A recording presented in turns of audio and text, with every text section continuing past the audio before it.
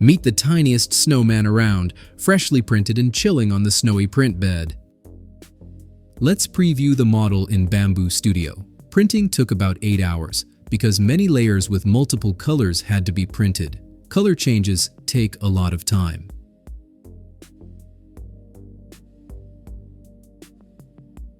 After the little snowman sat on the print bed for a day, it came loose on its own.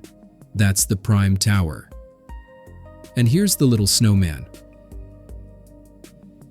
Let's start by removing the supports and hope nothing gets broken.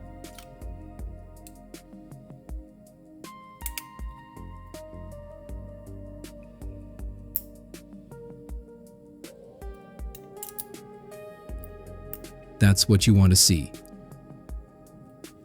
Let's remove the last support.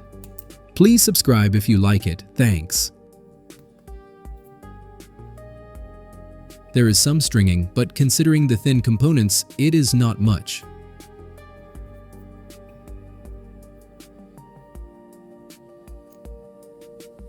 Did you notice the nose was printed without any supports?